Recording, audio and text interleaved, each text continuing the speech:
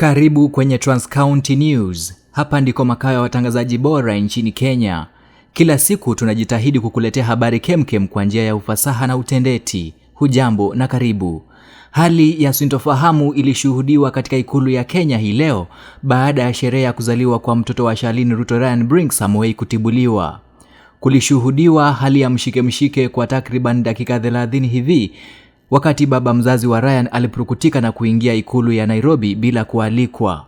Frank Kipchumba ambaye amekuwa mpenzi wa Charlene Ruto tangu wakati walikuwa chuo kikuu cha Daystar, anasemekana alitorokea nchi jirani ya Tanzania wakati habari za Charlene kubeba ujauzito wake zilimfikia Rais William Samoei Ruto kwa kuhofia maisha yake.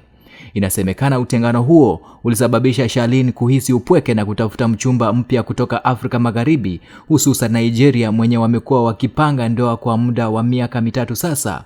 Hiyo jana mama wa kwanza wa taifa Rachel Ruto alionekana mwenye wasiwasi sana, hali iliyompelekea kujifungia kwa chumba chake cha kulala na kukesha akifanya maombi. Ikumbukwe, Charlene Ruto amepotea kutoka kwa uso wa umma tangu kupatikana na kashfa ya kuendesha ofisi ya binti wa kwanza wa taifa kinyume na katiba kwa kutumia pesa za umma kwa muda mrefu hadi kuzua tetezi za kwenye alikuwa huu muda wote. Sasa imebainika ya kwamba alikuwa na mawazo chungu mzima kwa kusikiza mpenzi wake wa zamani amerudi nchini ili hali alikuwa amepata mpenzi mwingine. Frank alipata upenyezo wa kuingia ikulu kwa sherehe ya mtoto Ryan, lakini mambo yakaenda mrama wakati aligundua Charlene ako na mpenzi mwingine.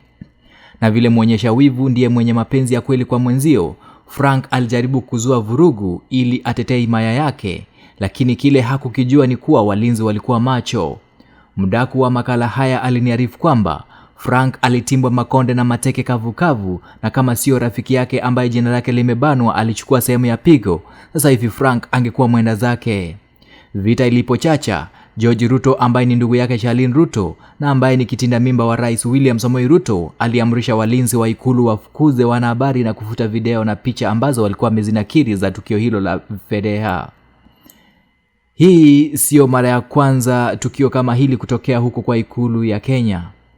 Mwaka wa 2021 wakati wa utawala wa Rais mtukufu mstaafu Uhuru Muigai Kenyatta, vita ilitokea ikulu kama ya Iraq na Iran wakati warembo wawili walijikuta mahala pamoja na mpenzi wao Jomo Kenyatta ambaye ni mtoto wa rais huyo wa zamani wakati alikuwa anasherehekea siku yake ya kuzaliwa.